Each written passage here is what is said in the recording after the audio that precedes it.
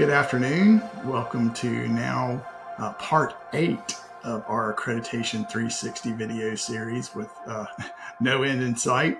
Kind of hard to believe. So I guess Mark's, 16? Actually, I guess it's technically like 17 and a half weeks since they announced it, because it took, we did the first one 10 days after the announcement.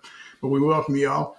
I want to welcome our subject matter experts today, who should be pretty familiar faces by now. Dr. Edwin Lofton, who leads our Accreditation Readiness Network. And if you're one of those members, make sure you jump over there and get your CECs once this video gets posted. And Howard Nussman, who's been around with us for more years than we care to count. Thanks. Yeah, well, I'm including myself in that one. So, so one of the things we're going to do during our pre-discussion, we were talking about the fact that the Joint Commission, I'm sorry, I got to stop using the University of Ohio or whatever, the Ohio State. And there's no longer the Joint Commission. It's just Joint Commission. Joint Commission is continually updating these standards and the survey process guide and some of the other things. So we're going to include that link down below so that you can go and find those updated standards. Of course, as they, we're staying on top of that, and we'll keep talking through those changes as we see those. But today we're going to talk specifically about medication management and the national performance goals, and how that module is different than the chapter was in the previous, or I guess really the current standards that are currently enforced.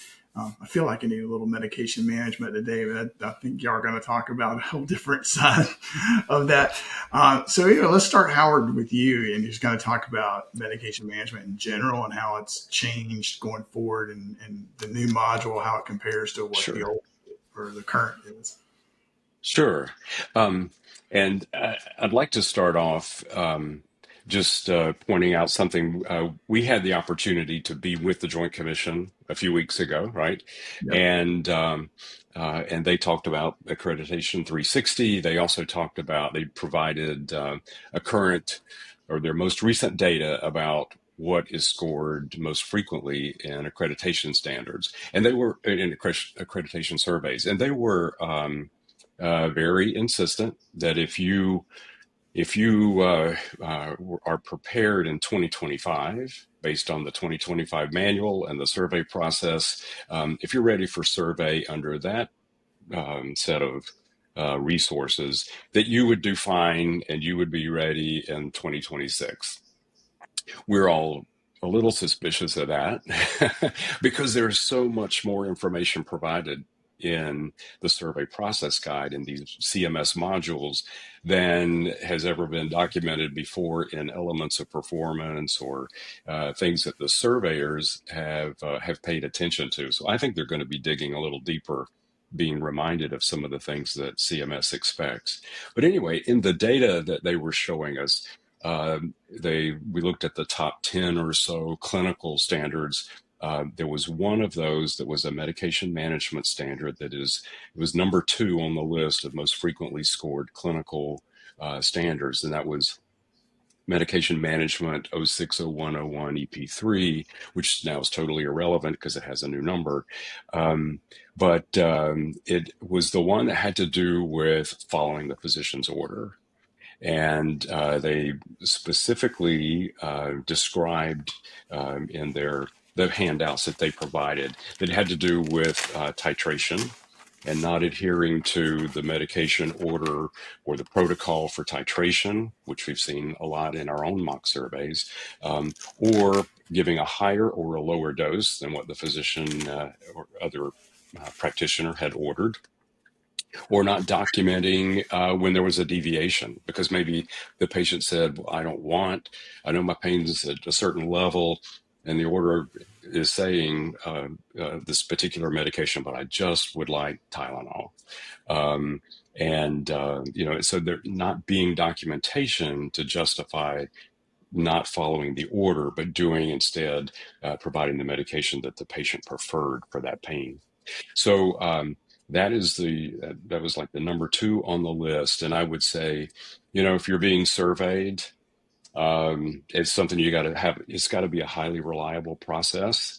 and what may be working today may not be working tomorrow. And so you need to know that they're going to look at that, as well as anything that was on your own prior survey report. And those would be the first two things if I were, let's say, the chapter leader for medication management, or the director of pharmacy, the director of nursing, that I would be looking at in terms of requirements for medication management prior to survey. Um, and then if you look through the survey guide, as well as the standards for medication management, there are several big buckets of requirements that stand out. They were there in prior years, and I think they will still be important. One is antibiotic stewardship. They give a lot of ink in the standards in medication management, as well as if you look in the survey process guide, there's a whole new antibiotic stewardship tool, evaluation tool, in the survey process guide that you want to take a look at. And my experience in our mock surveys is that hospitals really are doing a good job with antimicrobial stewardship, or the Joint Commission documents refer to antibiotic stewardship. But you got to show that when you've made improvements, you sustain them. Mhm. And it's part of the required documents. So you just want to, if you've really done an excellent job, as many organizations have, put all that data in the PI data that's a required document for the first day, and just show it off right up front, set a great tone for the survey. And then there will be most likely a session to talk specifically about antibiotic stewardship. And so you want to have infection prevention and medical staff and pharmacy and lab all together to talk about how, as a team, you keep track of, how are we doing with our uh, approach to being good stewards. And Howard, The other big, yeah, go ahead. Howard, to reinforce what your comments are, the importance of antibiotic stewardship, that is one of the standards that they've moved from medication management to the national performance goals. So what used to be MM 09, 01, 01, EP 13 about antibiotic stewardship, it is now an NPG 140601 EPs 1 and 2. And for you all that have bared with me over the past 16 weeks, I'm going to be a broken record again. This is where, through NPG, they focus on performance improvement, to what Howard was just speaking to. And this is where the leadership is accountable for the ownership of knowing what performance improvement found, how they adjusted it, and how they provided the resources. So again, antibiotic stewardship, pressed hard on leadership. It's good. I Um, know we're getting ready to do some videos about specifically aimed at leadership and their roles and responsibilities. But I mean, we keep talking about all of this information that needs to go to leadership, including the board. And it's like understanding how limited their time is and how much information they're already getting. It's just, it feels like all of a sudden we're going to be just like cramming, Wikipedia in front of them every single board meeting. It's going to be interesting to see how folks manage that. And of course, we'll be working to try to follow leading practices and share those with everybody, because there's going to be a transition there. I think I'd love to be a fly on the wall in some board meetings as we start to roll this out. But yeah. Um, and and antibiotic stewardship is an example of, there's a set of requirements, and some of them are CMS conditions of participation. And those, so at medication management 180101, there are some requirements about antibiotic stewardship. And then there are some things that go beyond the conditions of participation that are in what Edwin was mentioned as far as the national performance goals. So they've made it a little more challenging by taking those standards and requirements and splitting them into two different chapters, and we're starting to work with some organizations about, so what does that do to the structure, the infrastructure in place to support continuous survey readiness, if chapter leader doesn't make as much sense as it did in the past, because you have a one topic like antibiotic stewardship, and it's split up into multiple chapters and multiple modules in the survey process guide. So there's a second big bucket around compounding sterile products, and that there's a medication management standard with a number of requirements under it in the new manual that give you, in general terms, the various areas of sterile compounding and how to address that. The detail, of course, is found in the USP regulations. And so whether it's hazardous medications in the USP 800 or in 797 or 795, you're going to go there to get the detail as to what you need to be in compliance with if you are compounding those products. But it's probably going to be involving two different surveyors during the survey process, as it has been in the past. So you'll have someone, and required documents are all the reports from the engineering controls. They'll be looking closely at that, as well as the competency of the staff who are performing those activities, and then just looking to see that you're doing all the daily quality controls and monitoring that and cleaning and all the things that have to happen during the day, during each shift, during the week, et cetera, to stay in compliance with the USP requirements. Looking at just to kind of summarize, I'd say three big things. There's what's frequently scored, and that's getting staff to follow medication orders or to have physicians write orders that have all the right requirements in them for medications, antibiotic stewardship, and the compounding of sterile products. Now, I've got my bets are on two other things that get added. As you look at the survey process guide, there's a lot under the nuclear medicine module that speaks to medication management. If you do a search in the survey process guide on so it will bring up for you a list of all the pages where medication management standards are referenced. It's in the nursing module, it's in the pharmacy module, it's in the nuclear medicine module, and it's very, very clear in black and white.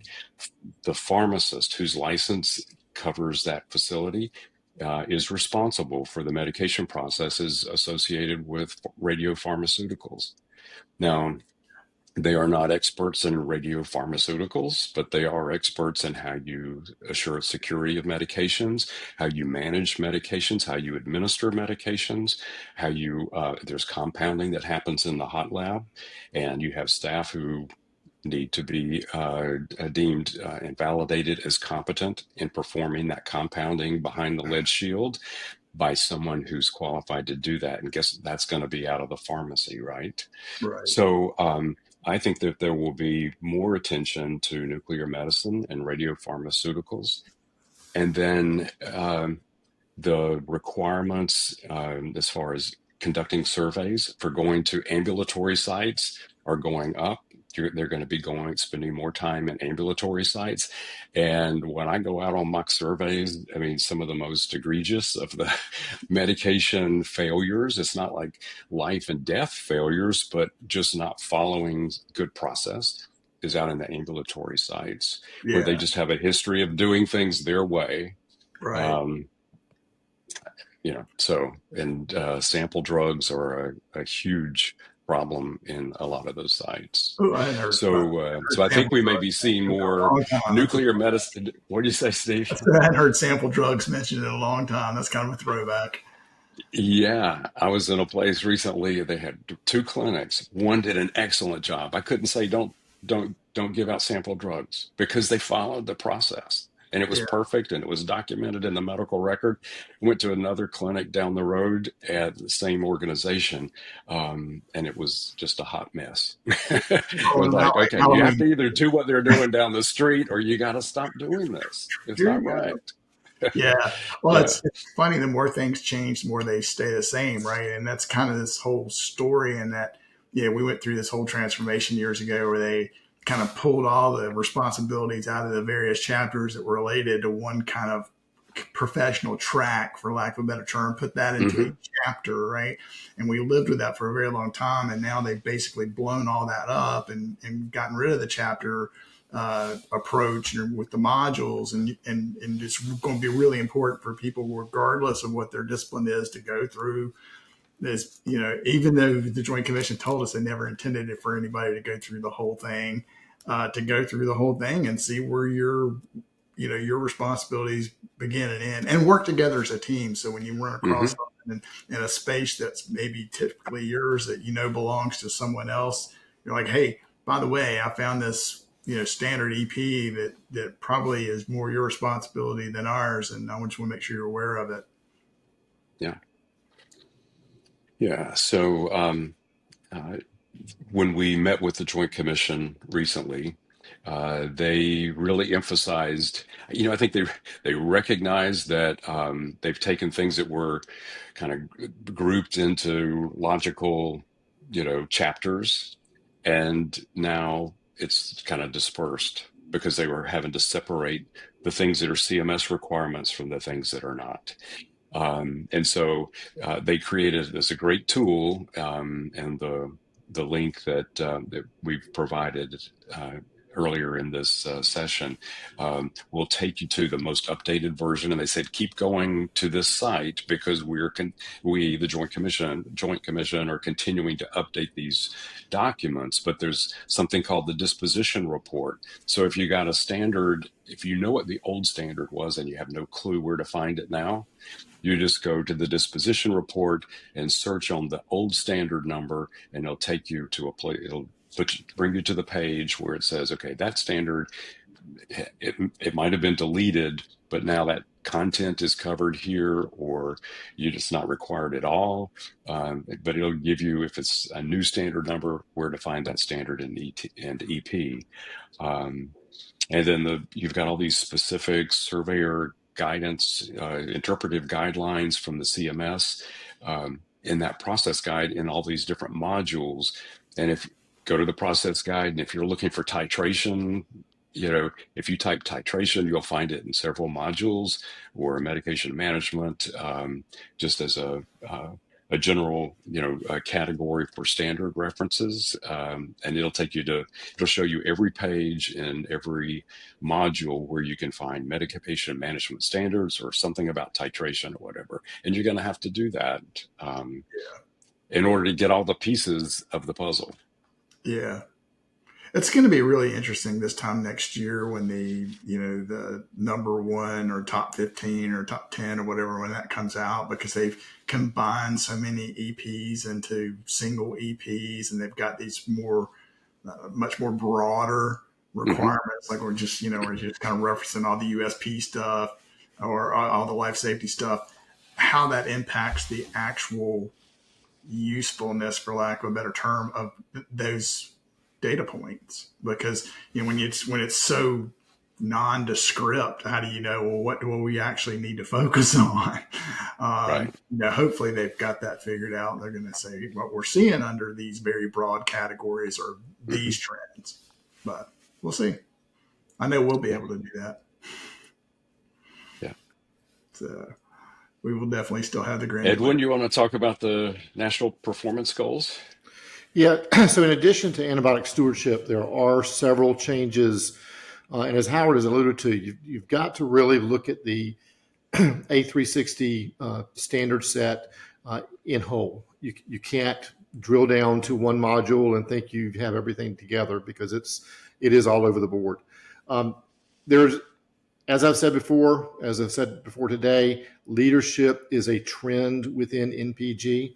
So within the changes to medication management, the first one that was changed was that the pharmacy director will be a registered pharmacist, and that is to be chosen by leadership. And now that is a NPG standard.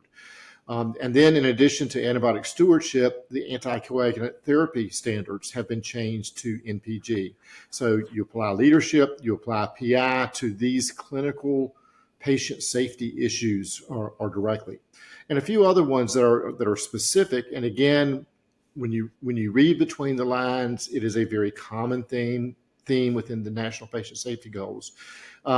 Medication management 020101 EP6 is now NPG 140201, and this is you are to standardize and limit the number of drug concentrations available in a hospital. They're wanting to drive safety, and so that you have fewer variations of concentrations, and also that it is received from the manufacturer in that concentration. They are looking to decrease the potential errors of on-site dilution or concentration. Very focused there.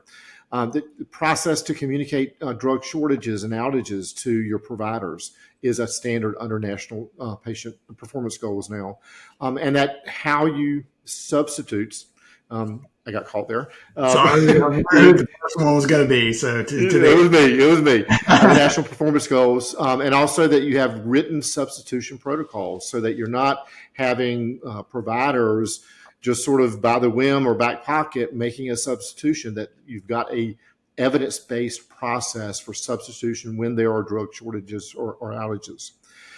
Back to Howard's comment about offsite services or office practices, where you have 24-hour operations but don't have a 24-hour pharmacist, that leadership is a common word is accountable to assigning to a qualified leader the review before the dispensing of medications, and that once the pharmacist is on site, that review is retroactive and 100%. They've also brought over here the automatic dispensing overrides into a leadership standard within national performance goals, so that as an organization, you've got a single systematic way to define what an override is, who can do an override, and how that override is reviewed within the performance improvement process. And then finally, within this broad scope of things, is they brought over the standards about patient medication information, how it's provided to the patients and the families, what language is, what method is used, is all now part of the national performance goals. And that's in looking at patient rights. Are we giving information to a patient, their family, their caregivers in a way that, one, they understand, two, is meaningful, and reduces the chance for medication errors? So, again, a broad variety of components from MM brought over to NPG. But when we step back and look at the big picture of A360, they're looking at leadership, ownership, performance improvement, reducing preventable harm. So from a leadership perspective, what are the kinds of things you would, if you were back in your C position, what would you want to see from the key folks leading medication management now in terms of data? How would you? No, that's a great question, and it goes back to what you were saying earlier, Steve. And we'll be doing some minis for the C-suite. One of the practices that I found very useful, and I spoke about this in a previous webinar, is at the board meetings, having your defined quality subcommittee meeting of the board.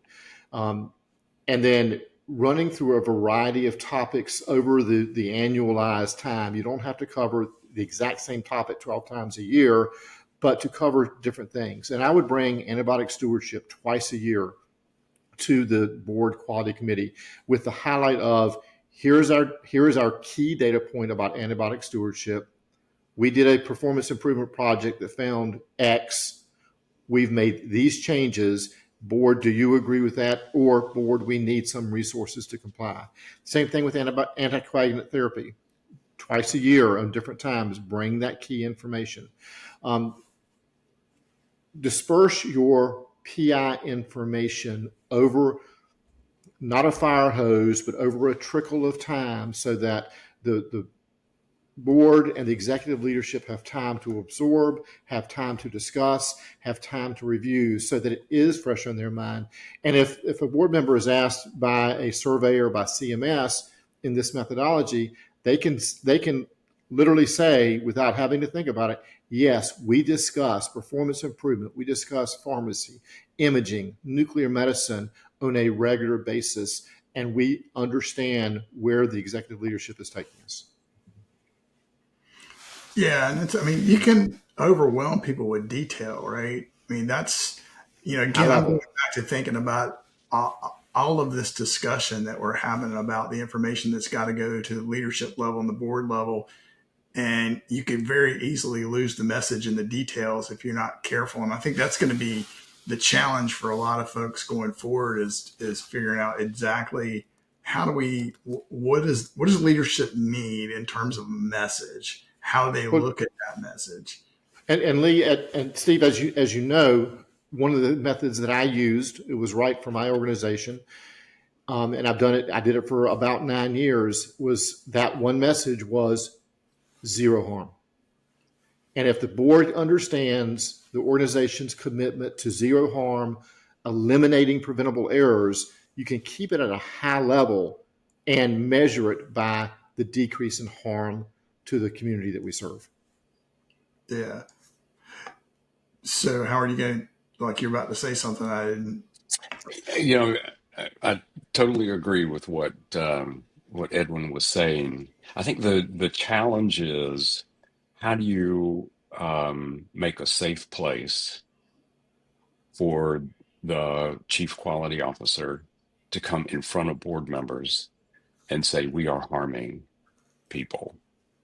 Mm-hmm. Yeah. That's different than saying let's all agree on zero harm, and everybody will say yes, we agree, and they'll all you know leave and be happy.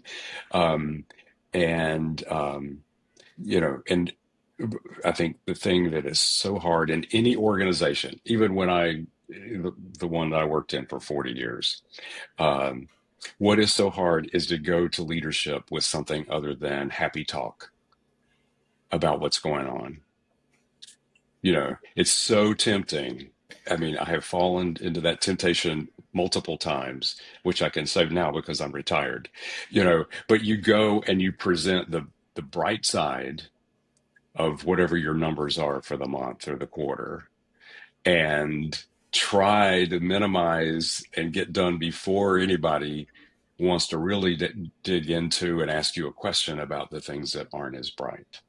Yeah. And Well, that's the only way though that improvement can happen is when people have Correct. those honest well, conversations. they got to have And, it's incumbent upon leadership at all levels. And I mean, that starts with the directors or trustees and the C-suite, making sure that it's people feel comfortable bringing the hard message and asking the yeah, tough questions and giving the hard news.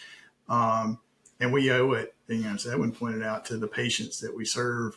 Um, and I know that it's easier said than done. A lot of organizations, they just don't want to hear it. But so and I'm sorry, go ahead, Edwin. I was going to say, one of my early executive leadership lessons in exactly this topic. I was at an organization in the coast of North Carolina, and we had a CMS complaint about a patient who had fallen out of bed, broken a hip, and died. So the state surveyors came in to do a survey, and about 10 o'clock in the morning, the state surveyor said, "I'm stopping the survey. I need to meet with you and your CEO." We went into his office, and she said, "We have found that your staff does not have the knowledge how to operate the bed safely. And if you cannot prove to me by 5 o'clock today that 100% of your staff know how to safely operate your beds, we will be closing your doors to new patients." Holy smoke. Yeah. So I had to take a deep breath, tell my CEO, I got a plan that I put in the back of my head in 30 seconds. We had to go public to our staff and say, whether you agree, disagree, whatever, this is the finding.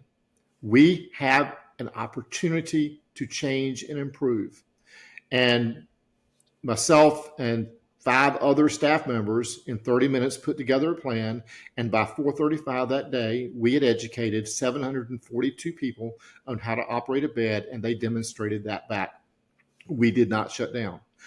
We did it because we were open, honest, and clear message. So Howard, back to your point, you've got to have the relationship between the leadership, the executive team, and the and the entire team to have a safe place to have an honest, uncomfortable conversation that results in patient safety. Mhm. Yeah, and the required culture of safety survey is a good place to look. If you stratify your data and look at, so what do the people at the manager, department manager level, what do they say about their comfort in raising, here's a problem, without feeling like they are going to be punished for the problem, but that it's going to be seen as an opportunity to improve a process, not to get a new pharmacy leader, or Yeah, whatever. And, that's, and you can get that data if you're using a really valid tool for culture of safety and stratifying, to see, so what do our managers and people at the various leadership levels say about their comfort level. yeah. So So speaking of those sorts of things, I was going to ask earlier, and I got sidetracked. But how important would you place benchmarking, either one of you, in this discussion? In terms of, when I talk about benchmarking internally, but also externally, more importantly, with peer group organizations, you think that's going to be an important part of this going forward? I think any start. well-run performance improvement program uses data clearly, concisely, and is unafraid to measure against others. You have to measure against others, benchmarking, and measure against yourself. What is your goal?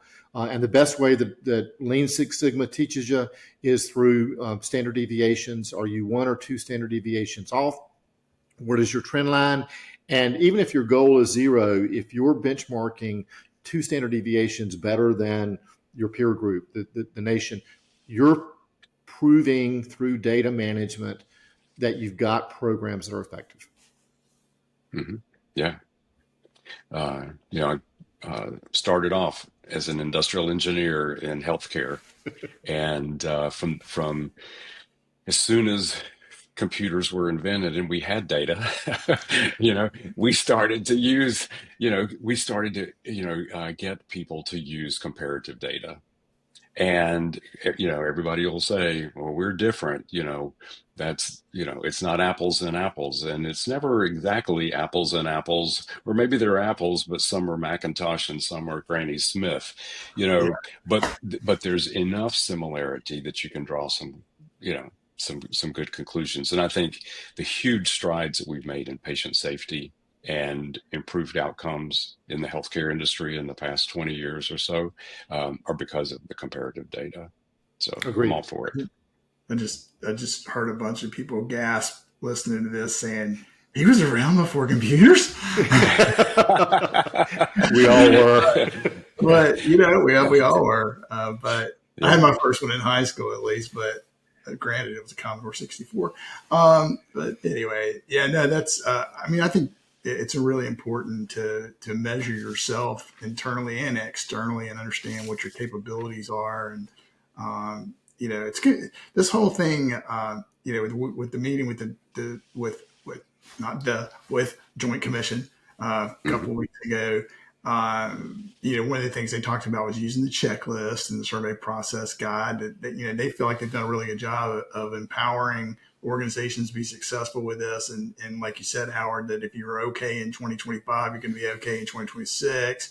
Hmm. Uh, and I think for the most part, that's going to be true. I think there's going to be this transitional period, much like there was way, way, way back in the mid to early 90s, when the surveyors were still learning, the hospitals were still learning, and there was kind of this kind of mutual, let's get through it and learn it together phase. Be interesting to see how long CMS allows that to happen. But with the way they've segregated the standards and really focused, what's COP directly related and kind of one bucket, if you will, and Hmm. everything else in Hmm. another bucket, in a way it simplifies that. But any other thoughts about medication management, national performance goals? I think we've covered most everything. I I think so. Well, I would just encourage, if people have questions, to reach out to us directly. Absolutely. And if it's anything specific about medication management, and we're glad to answer your questions. Yeah, and I should have mentioned to put stuff in the chat when I started this, but I didn't. I guess it's a little late now since we're closing it down. For the record, I never said national patient goals today, so except intentionally, just did. It's the first one. Yay! Uh, we're getting there. We ask you, or would love to hear from you and get your feedback, and certainly. You'll be able to go and watch this later if you want. If you're an ARN member, again, remember you can get your CECs for this half-hour session. And I want to thank Howard and Edwin again for your time, your expertise, and continuing to dig in and learn more and more what seems like every single day about this stuff. We're getting close to the finish line. Well, actually, no, we're getting close to the start line is probably a better way to put it. So it's going to be That's right. really interesting Q1 of 26 to see how things unfold, but I think we're narrowing it down. So thank you very much. We appreciate your time, and we'll see you in 2 weeks.